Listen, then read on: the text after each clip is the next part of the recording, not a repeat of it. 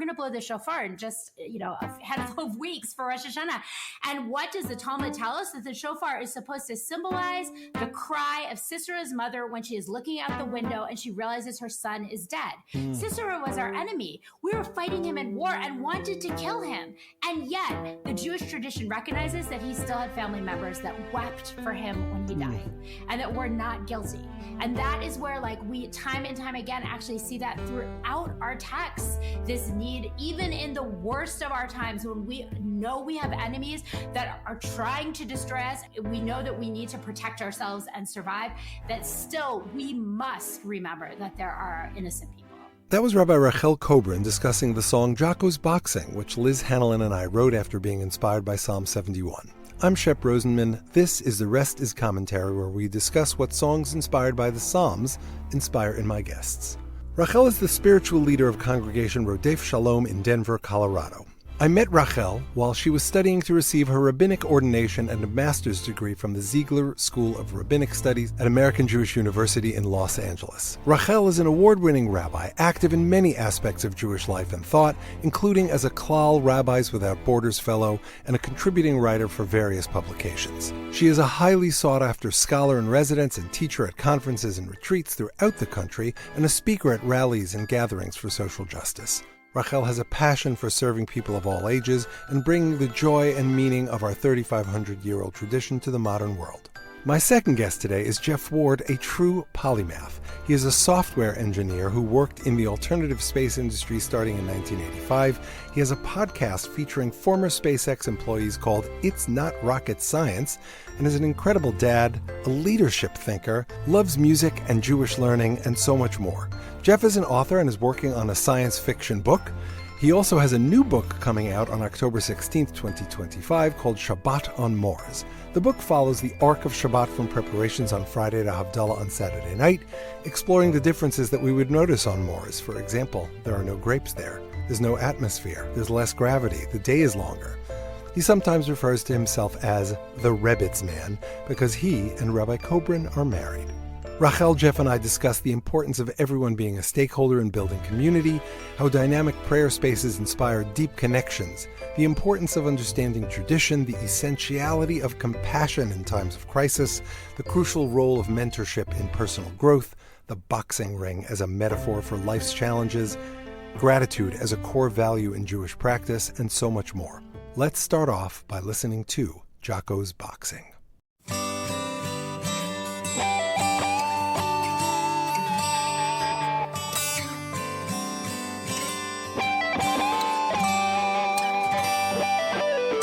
We met at Jaco's Boxing. That's where you tried to train me. Duck and weave and jab and cross. You made it look so easy. I never boxed worth a damn. And oh, my aching hands. What I learned was true. Strength to see it through.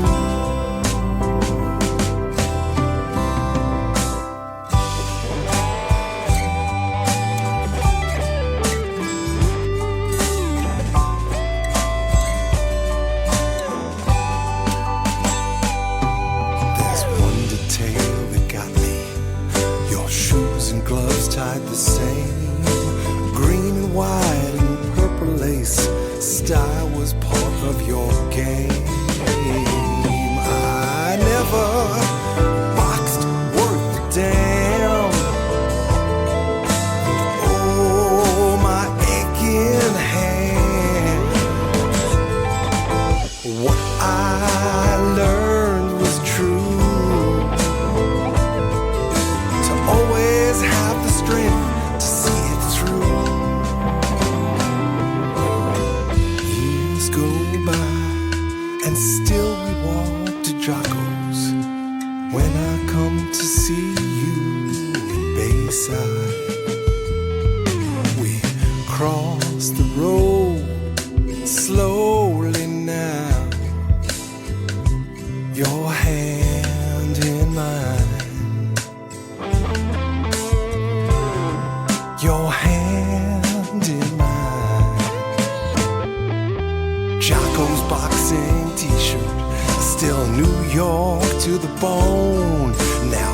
Sunset Boulevard is home. I got a family of my own. I never boxed worth a damn. And oh, my aching hands. What I learned was true. To always have the strength to see it through. Yeah, to always have the strength to see it through. To always have the strength to see it through. So first things first, how do we know each other? So you and I met at Limud, the first Limud in Los Angeles, which was in the spring of 2008. You were coiling cables in an auditorium, and I said, I know how to coil cables. And the rest is history. Well, but so that's really important because what you did was kind of model taking an ownership stake right from day one. And that's, I think, one of the things that Limud sought to do that has become a hallmark of my soapbox about Judaism, which is to make each of us owners of our shared history and shared texts and shared communal experience. And you went on to chair Limud LA, just saying. Right. It went a long way. So it all starts with the cables, but you never know where that's going to lead you. In shul life too, right? Someone steps in to do something and you're like, future president. Well, and in your case, future rabbi. That's how we first met at what was then called the 10 and 10 partnership minyan, where this woman came out of nowhere and was doing a fabulous job of leading services. And of course, you were a rab student, but you did you were very present and human despite being a rab student. Yeah, the Pico Robertson world of Jewish experience and expression. It was like that. Those were awesome days of experimentation and starting new minyanim and creating spiritual experiences. It was beautiful. Before I ask kind of the main question that leads us into this conversation, I do have a little bit of curiosity. So Jeff and I really bonded over kind of what I would describe as Amcha Judaism. Everybody, all people in the community taking an ownership stake and really kind of owning it. And to what extent is that part of your rabbinate in Denver?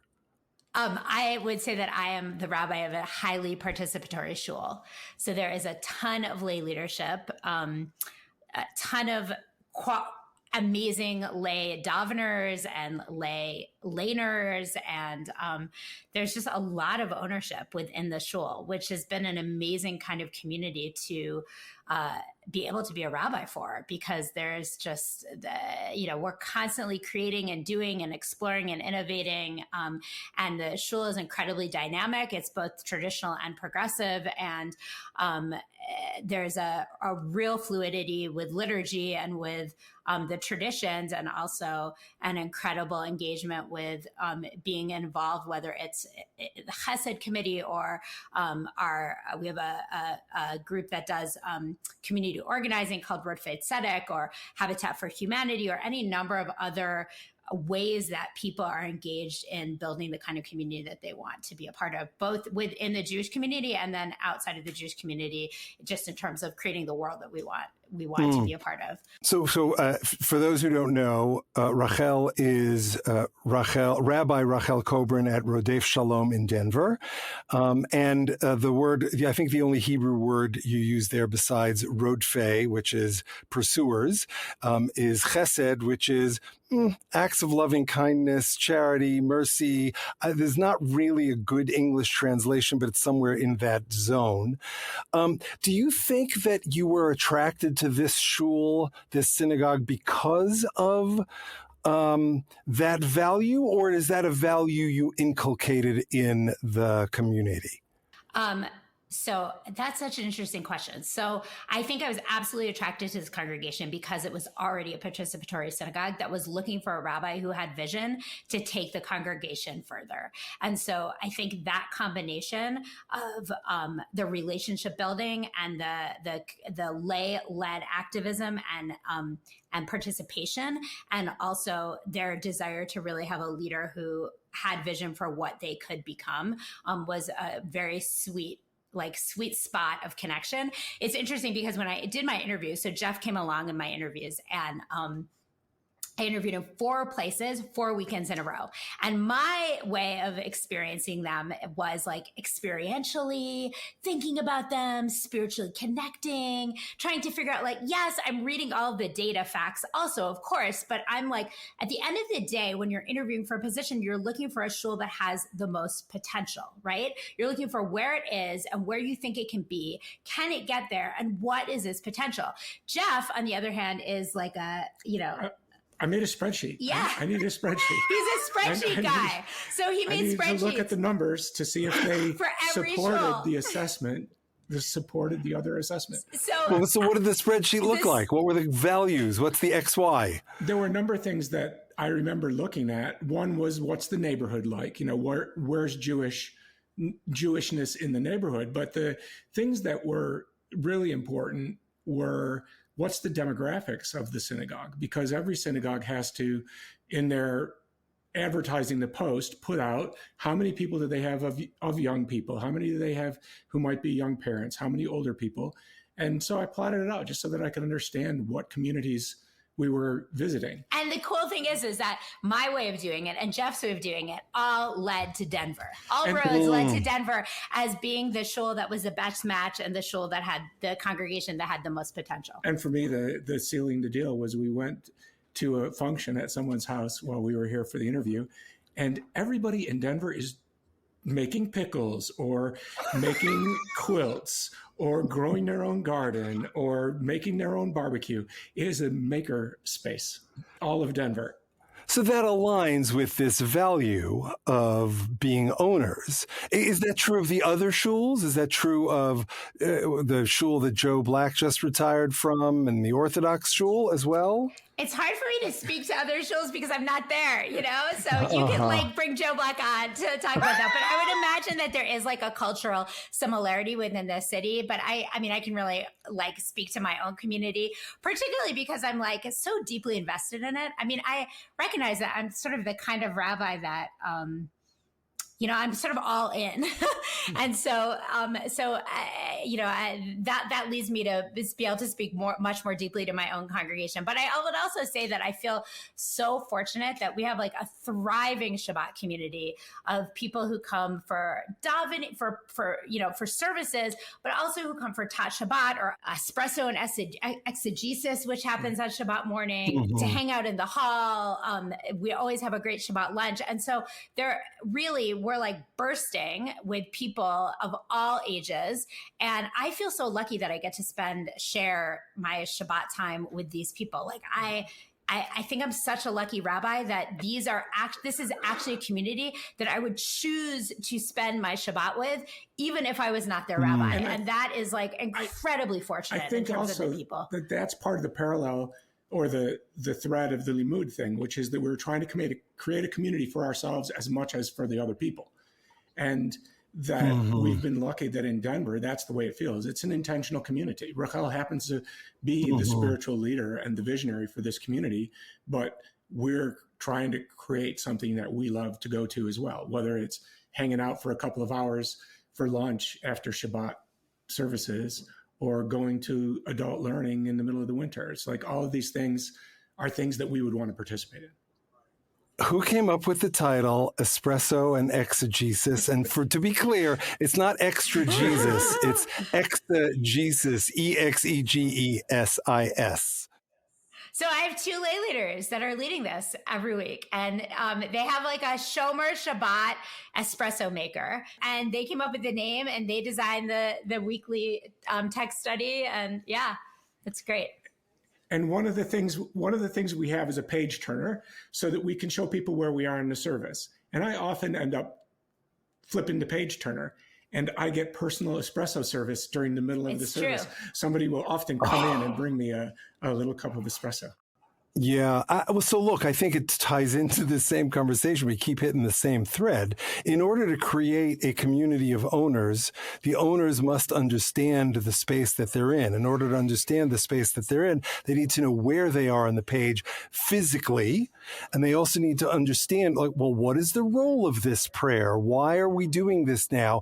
Even if you don't believe in God, you need to understand the arc of whether it's a Sunday morning, a Monday or a Thursday, or a Saturday afternoon or Friday night, if you don't have any clue about where you are in the process, what you're trying to connect back to some extent you're lost. Yes, yes. And if you don't know those things, then you can't be as full an owner. You can be an owner because you can just say, I love being around the people. I love the music. I love the rabbi's sermon. All of these are ways in. But if you can't get the full experience, well, then you can't be as full an owner. And it's a big barrier to entry, because in order to get the full experience, you also need to at least explore learning Hebrew. I agree. And I also would add that, so on some level, when you walk into a space, even if you actually, like, our service is all in Hebrew. So it is a high entry point. I recognize that. And yet the goal is that the experience of the space feels so compelling through the nigunim, the songs, the engagement, the buzz of the davening, of the sort of buzz of the praying that happens, sort of where you hear different voices at different times, right? And like that experience feels so compelling that it actually inspires people to dig deeper and want more. Mm-hmm. And I think there are so many in our country right now, in our world, there are many people who are striving to create these kind of dynamic prayer spaces. And I think there are also many prayer spaces that don't have that sort of are a bit dead. And I think that leads people to sort of go out the other way, right? Like if there's nothing compelling that you strive to sort of, I want to know more. I want to dig deeper into this mystery. I want to be able to feel, even for someone coming in on the outside, to say, I want to be able to feel what it is clear that other people in this space are feeling. That is challenging for us. And I think as humans, on some level, we strive to be challenged. Like the easy entry point is not necessarily what's going to actually give us the deepest ability to reflect and connect. Yeah, and I think there are two thoughts in my mind about this. One was a saying that drifted around in communities about having a low threshold and a high bar. And for me, that was always, you can't do that. If the bar is high, the bar is high. And people do have to learn Hebrew or think about that question. And my own Jewish journey started with Hebrew because I knew I didn't want to be in a space where I didn't understand what was going on. And that for me was a logical entry point, was to try to learn Hebrews. But I do recognize that, sure, you can walk into the service and hear the nigunim and feel connected and know what page we're on, literally. But to take it a level deeper is a lot of work. It's a commitment, and maybe people do want to be challenged, and maybe that's another thing that's great about the vibe that I get from Denver. A lot of people move to Denver, and they move because they want to climb mountains and ski, and maybe they also want to be challenged intellectually. Well, I'll just say one more thing about this. And that is that I think in the Jewish world right now, we're struggling on some level because for so many people, they go through a bar bat mitzvah and then they sort of drop out. And so their Jewish education is that of a 12 or 13-year-old. Whereas then they, finish high school and go to college and get a master's or even a PhD or a law degree, and they're acclaimed in their field. They're knowledgeable. When they go to work, they feel smart. And then they walk into a synagogue and they're like, I don't even know what page I'm on.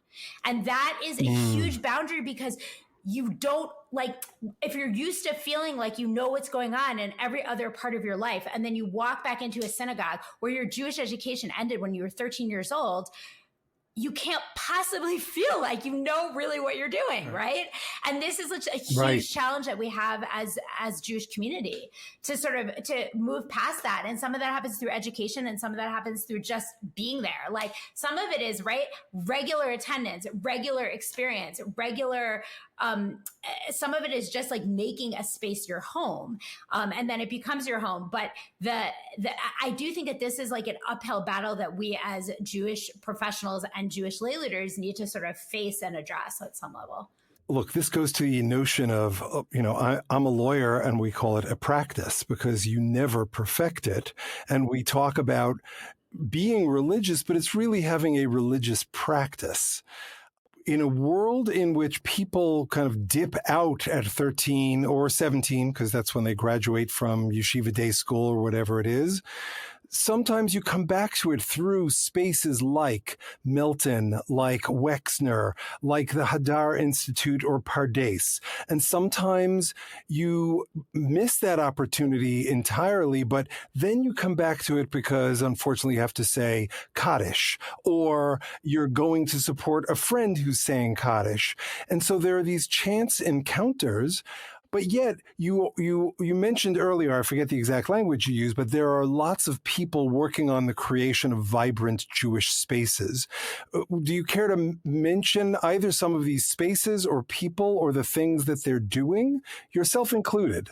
Look, I think there are a lot of rabbis in cities throughout this country and in Israel that are doing this kind of work, right? Like including at the shul that you go to, Ikar, but in a number of other communities as well, where I think that people are thinking sort of more deeply, and also recognizing that as much as I just shared that piece about 13-year-olds, I think that there's a desire for people to feel something deep in this moment. Like we are dealing with such challenges in the world. And I think a need for spirituality, whether you believe in God or not. I love to say, and I don't know who, I actually am not sure which rabbi actually said this originally, but I'm quoting that person. Being Jewish means believing in one or fewer gods. You don't actually have to believe in God to be spiritual. But I think that there is such a deep desire for, as you said, spiritual practice in this moment. And people don't know sort of where to find it. And I think these communities and rabbis that are thinking sort of more deeply and broadly are trying to create those avenues in for people to really find that and to create practice. I just want to say one other thing though too about the teens, and that is that like at our shul, we have a teen program that meets on Shabbat morning twice a month. And it's trivia. We have this guy who leads this program who is amazing. His name is Mike Landis. And we call him the Teen Whisperer.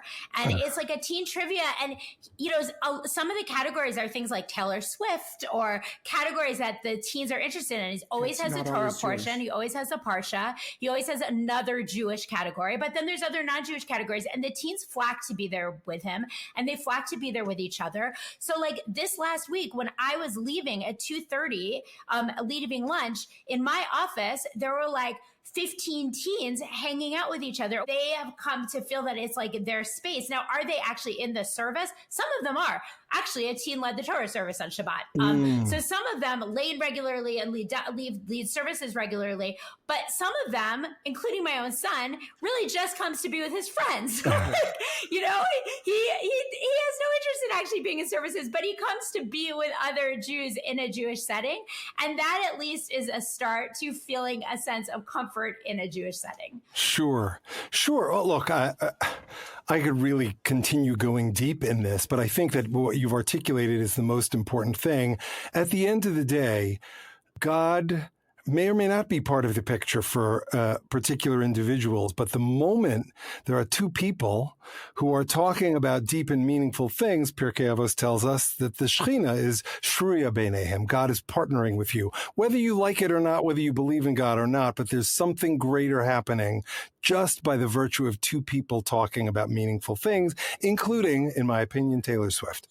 Totally.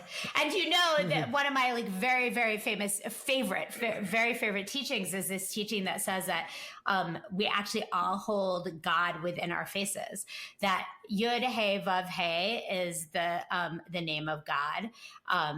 and the gematria of Yud He Vav He is 26, and that within our faces, each of our eyes is a Yud, and our nose is a Vav. And when you add two Yuds and a Vav together in gematria, each Yud is a 10, and then the Vav is a 6. You get God's name. And so when we really look at each other and see one another deeply, we actually see that's how we experience the face of God in our world.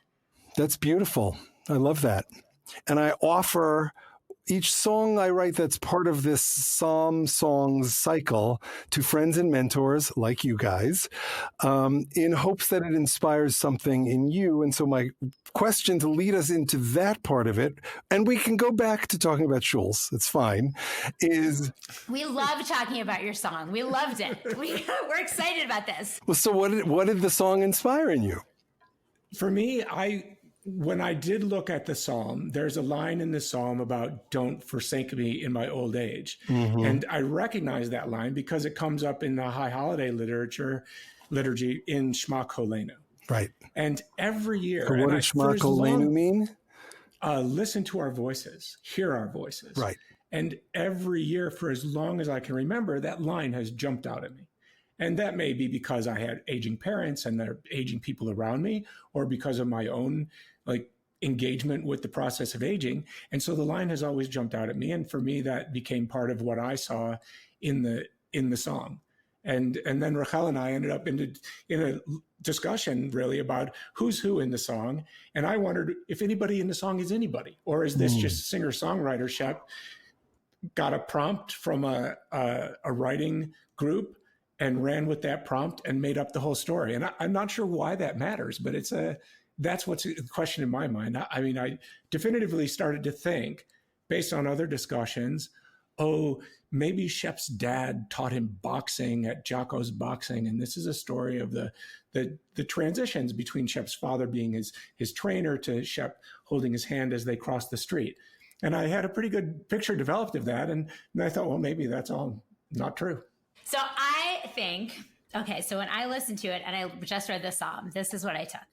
So I felt that the person who's speaking, the person who's singing, was speaking about his or her relationship with God, and that the boxing ring is the boxing ring of life, and that the boxing is doing the holy work of making our world better, and that it is hard work and we get really tired. Our hands ache in doing that work, yet we keep going back and trying to have the strength to make it through. The hand-holding piece is actually the speaker getting older and getting really tired. Like, your hands are so tired from this fight of living and trying to make our world the world that we dream it can be. And that's God holding your hands, like holding your tired hands and giving you, not forsaking you, and giving you the strength to continue in that ring and to continue to do that holy work. Potentially that boxing ring is the outer world. It's like the work we're doing for justice and for mercy and, to make our world, our country, what we believe so deeply it should be. But potentially that boxing ring is actually our conversation, our inner conversation with ourselves and our own demons and our own struggle, the fight that we have within ourselves to be the best people that we can be, and sort of that inner working in our hearts and in our minds. And then we also need this sort of character of God to feel that God is holding our hands, to feel that when our hands and our hearts are tired, that we have that partner, to soothe us. There was so much in that. And on some level, what I think and what I intended, and really what Liz and I intended, because I wrote this with my friend Liz, is irrelevant because there's so much richness in each of your perspectives. A little bit, it reminds me of how you guys made the decision about which congregation. Jeff's very practical, spreadsheet-like, and, here you zoomed it out to this very deep place. So there's a bit of a reveal. When I try to write, as often as I can, and sometimes it works perfectly, and sometimes it doesn't at all, and sometimes it sort of works until it doesn't. I try to get these songs to operate on multiple levels. Right. So like the easy example is when I write a love song, the one you heard the other night, right? Cheese, don't need it. The only thing I need is you. Well, am I talking about God or am I talking about Shari, right? And so in past years, I've made the joke, I think my wife is divine. V'hamevin yavin. Whoever understands, understands.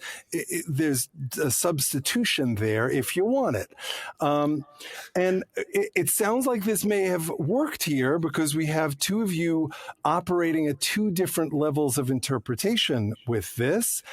So I collaborate with Liz because she's a friend and we really enjoy each other. I think that we each create better products together than we would on our own, but she is by far the better poet between us. And I wrote version 1. I got notes from Liz.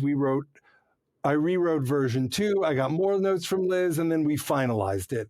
When you said that you live in the rarefied world, and you love it when your songs work both in the concrete and in the sort of the divine context, do you let that emerge or do you build it in? Excellent question. I think the answer is yes, and it depends on the song.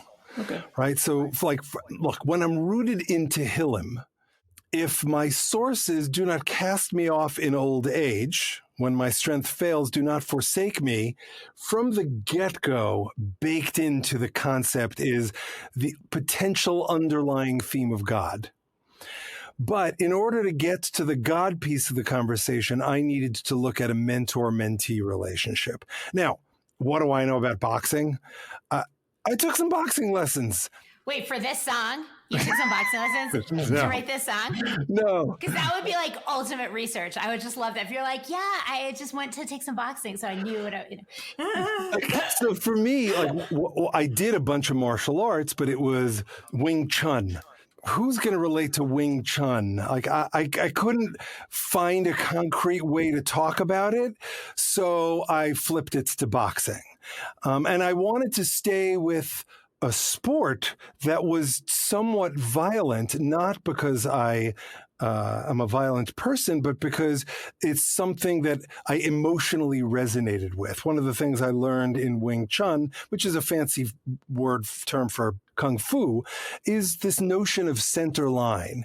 You know, in boxing, a roundhouse comes around and you build up your force. But in Wing Chun, you go right down the center to exert the most force in the quickest way possible.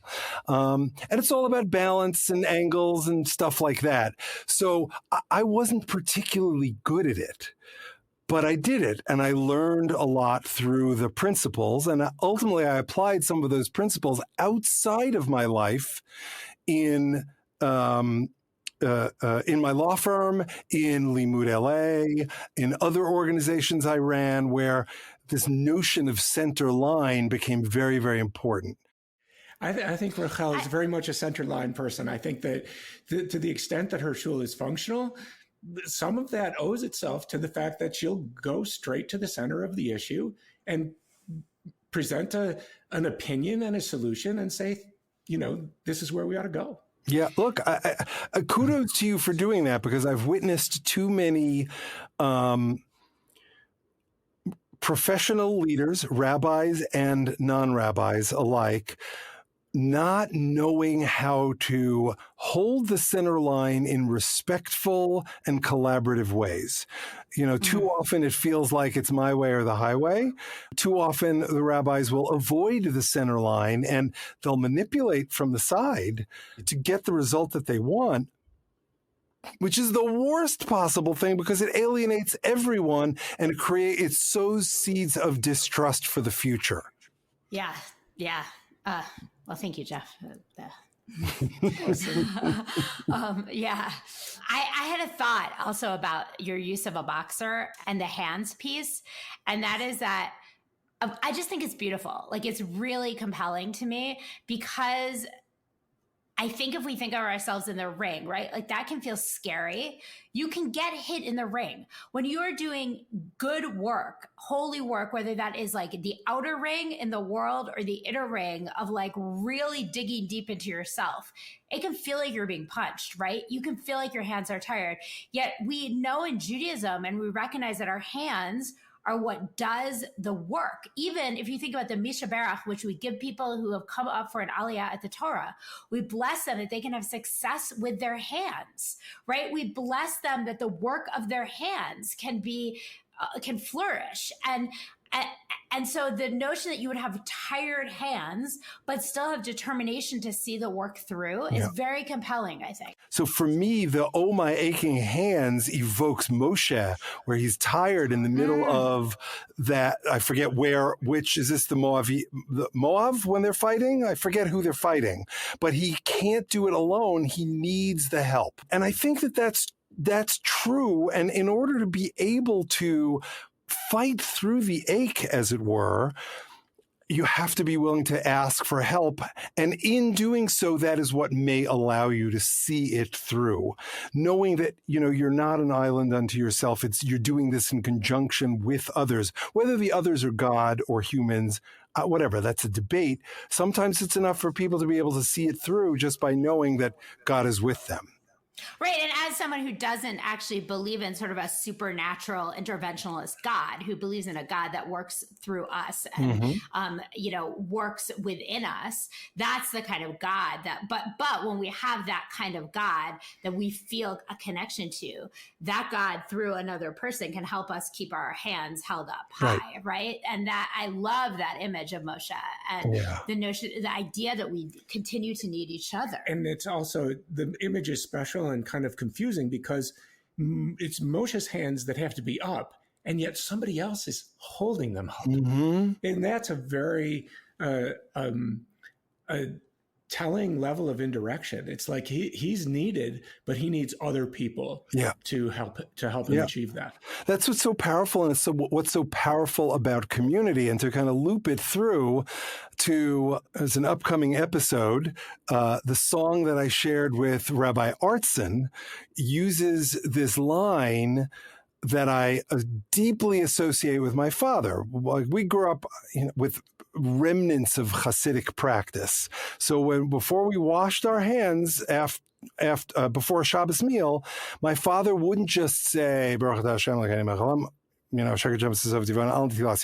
having commanded us to raise our hands, to use our hands.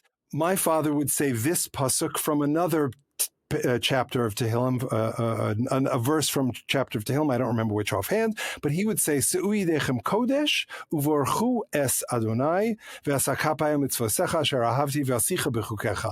Raise up your hands. I'm sorry, I should have just translated it on the fly. Se'ui dechem kodesh, raise up your holy hands, uvorchu es Adonai, and bless God, ve'asakapayim mitzvosecha, and I will lift my shoulders, my kapayim, what are kapayim? The palm of your hand. Palm, yeah. I think.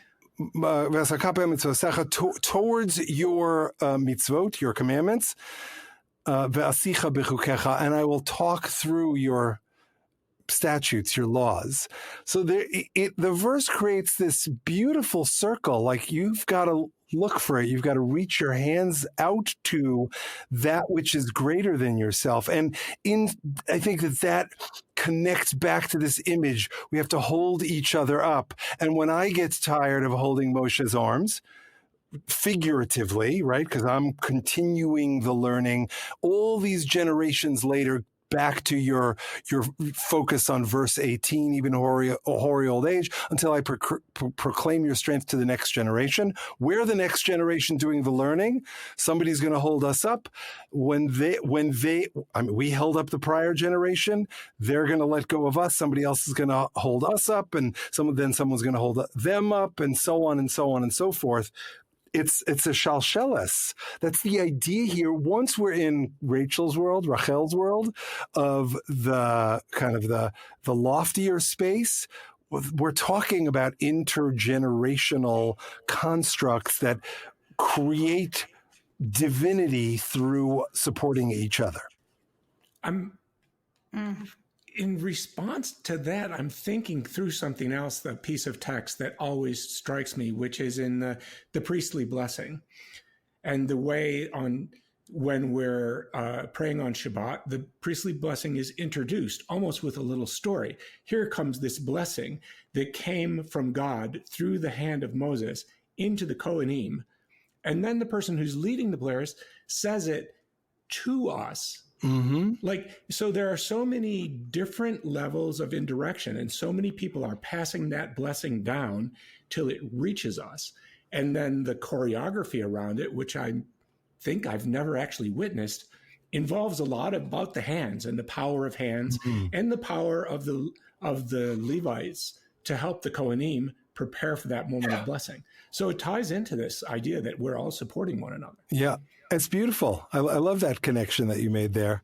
And the Shliach Tzibor, or Shlichat Tzibor, the leader, like in our congregation and in many congregations, leads from the center of the room, right? And is leading from within the people, representing the people and being within the people with all of our challenges that come with that. Like, none of us are perfect. The leader isn't above or on high. The leader is actually in a traditional shul in the lowest place of the space of the room, for humility, and really just representing, all of us who have come together in this prayer space and in this human prayer space, this space of humanity, which, again, back to your song, like, I don't really know anything about boxing, but I love that it's a boxing ring, because the ring is in the center, right?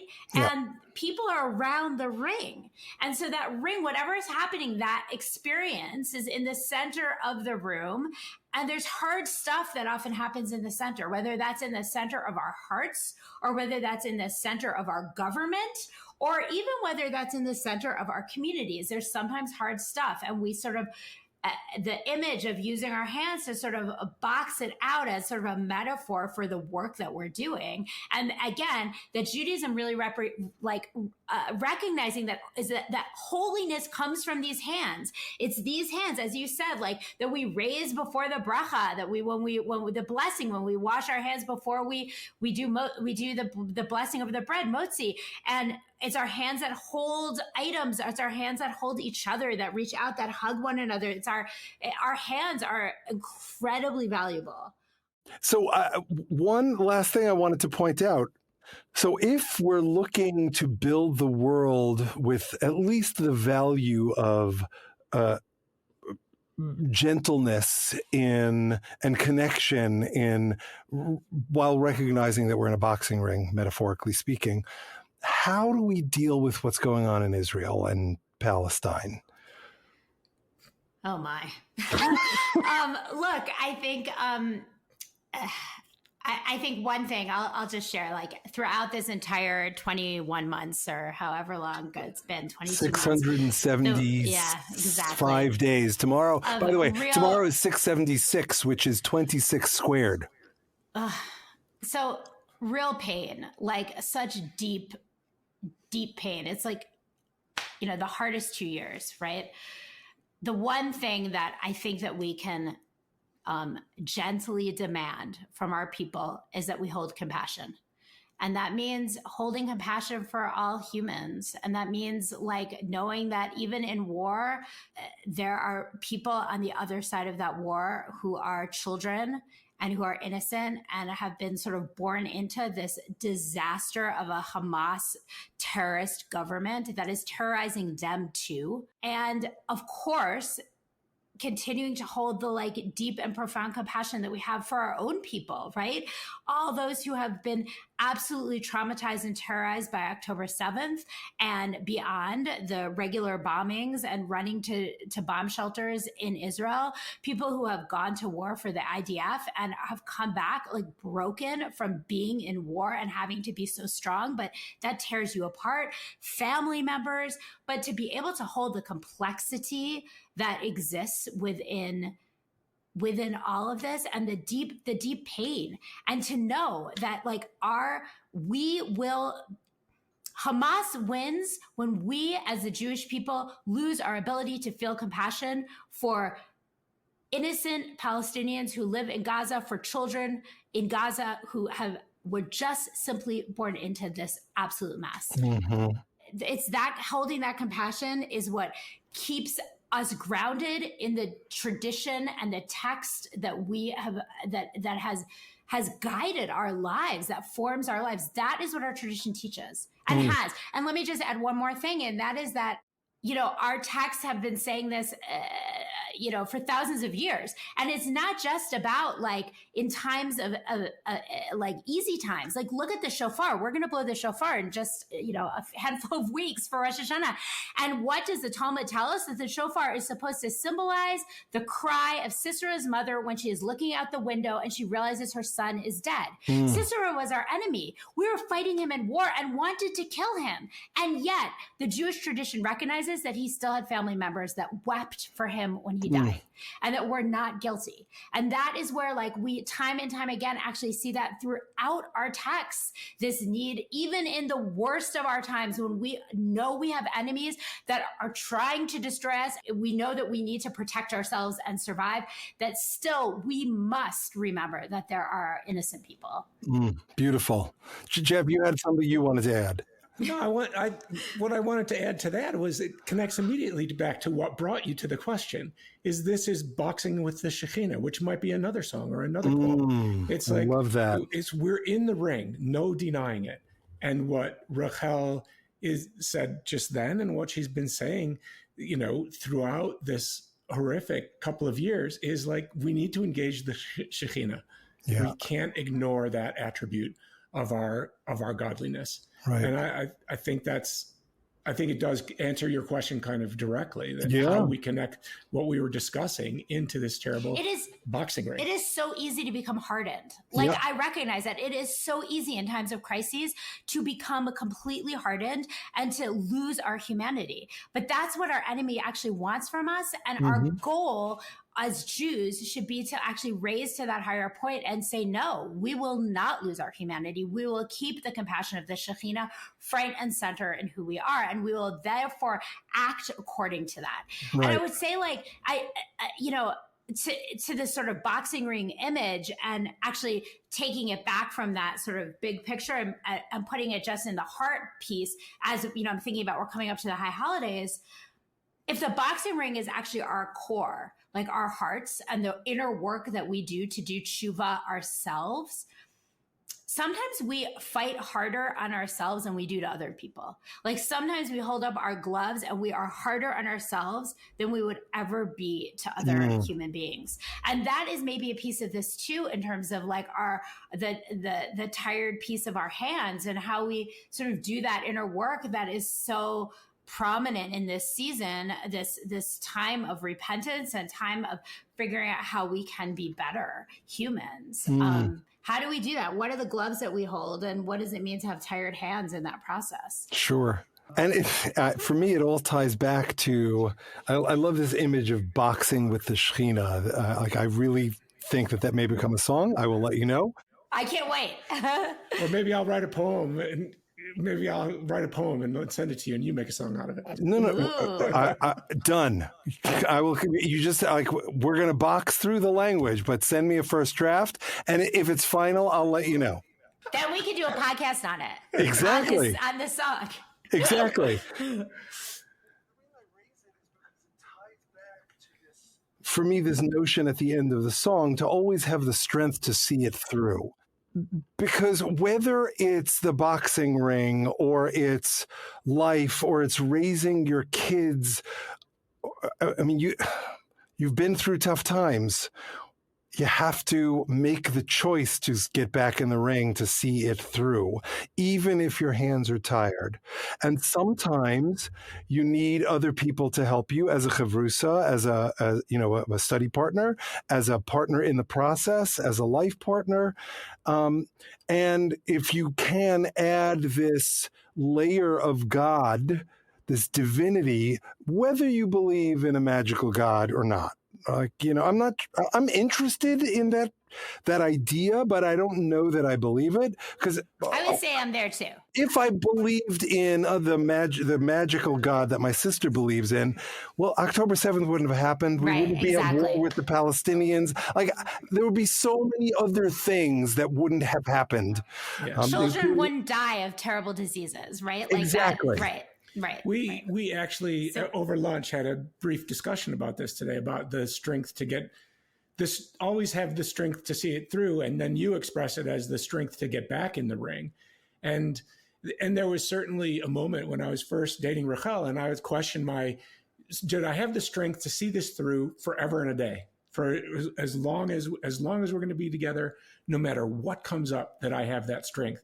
And who can know to answer that question? And as we joke today, it took me about a week to dig into myself and realize I have the strength to get back in that ring. But I actually love that you asked us that. And it's like a hard question for two people, like for me having gone through a divorce, and for Jeff having buried a beloved wife, and for both of us to have gotten back in the ring again to date. And, one of the things that I think is sort of also important and maybe connects to this song is that, so like in the case of a divorce, for instance, or a job situation that isn't working, sometimes you have to like leave the ring in order to get back into the ring of life, meaning that you have to like quit on one thing, like a marriage.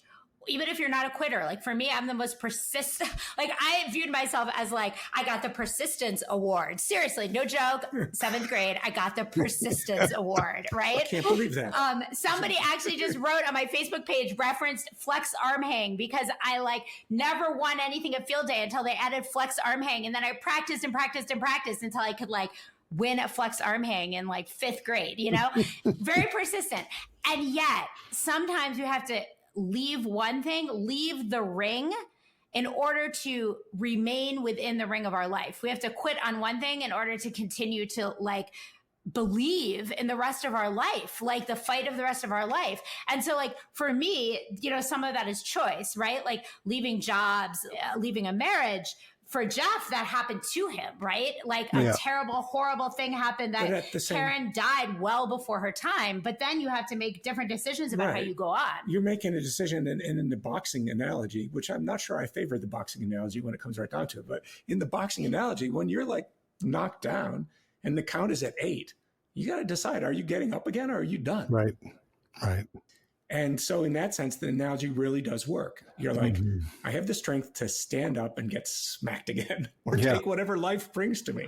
But that's true in so many respects in life. I mean, it's not all wine and roses, whether it's the politics of the time, whether it's what's going on in Israel, whether it's the fires that continue 2 miles from me today, or the fires we had in January, or the fires around Lyons when we were there a week ago. Like, there's bad stuff happening all the time. And you can choose to focus on the bad stuff, or you can choose to, going the other extreme, to focus on all of the things that you're grateful for and have gratitude for. I really believe that that's a core Jewish value. And I think that that's how ultimately we come to love God, by expressing that gratitude and acknowledging that it's not all within our control, but I am grateful for that which I have. It doesn't mean that you don't also have desires. And that's one of the brilliances of the rabbinic structure of prayer, because we start with gratitude and we end with gratitude. And in between, there's, 18 or so blessings where we say, okay, give me wisdom, forgive me, bring me redemption, etc., etc., etc.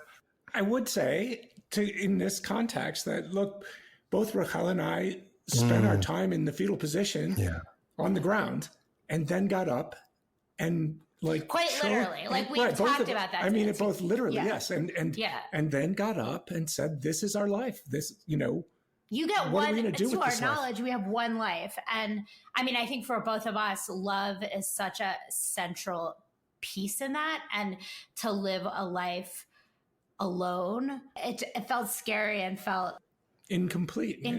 Yeah. And I mean, we feel so lucky that we I mean, I've multiple times during the interview, I've looked at that Rachel and thought, I really love this woman and what comes out of her heart and out of her mouth. It is amazing.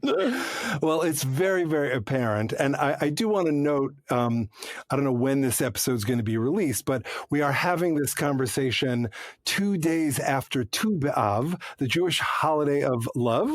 And I have to believe, and if my belief is wrong, I'm going to encourage you to read it, that you've read Rabbi Shai Held's book, Judaism is About Love. Of course. Yes. And I actually used it I used some of it in one of my Divrei Torah, one of my sermons for Kol Nidre last year. Wow. Very powerful stuff. So I will, with Birshut Harav, with the rabbi's permission, I'm going to offer you a bracha, a blessing. And my blessing to you is that you continue to lead with loud love of your spouse, your kids, your community, and humanity. It's so apparent in your Torah and the way you just show up. And it's a beautiful model for the rest of us, because I think that leading with love is what allows many of us to even contemplate seeing the it through, whatever the it is. So thank you very much. You got a blessing. She's the consummate blessing. I know, but blessing is Rachel's superpower. So it's a lovely moment for her to be blessed in return. Thank you. Thanks so much for listening. Special thanks to Rachel and Jeff for joining me, to Liz Hanlon for co-writing the song with me, to Devin Schwartz for his help in producing this episode, to E-Rose for his help producing the song and the episode, and to Jessica Chana Sweedler for her help on social media. You can find Jaco's Boxing and all of the other songs in this song cycle on most platforms that stream or download music, including Spotify and Apple. In the next episode of The Rest is Commentary, I'll be talking with my longtime friend and client, Chuck Tatham, television comedy writer extraordinaire. We discussed the song Time, which was inspired by Psalm 39. Chuck and I discuss how inspiration can come from unexpected sources, music as a bridge for cultural divides, Chuck's love of EDM, humor's crucial role in communication and life itself, the effect of family dynamics on our perspectives and beliefs, the breadth of beliefs about a higher power, free will, finding joy in everyday interactions, making positive connections as part of life's journey, and so much more. Please join us.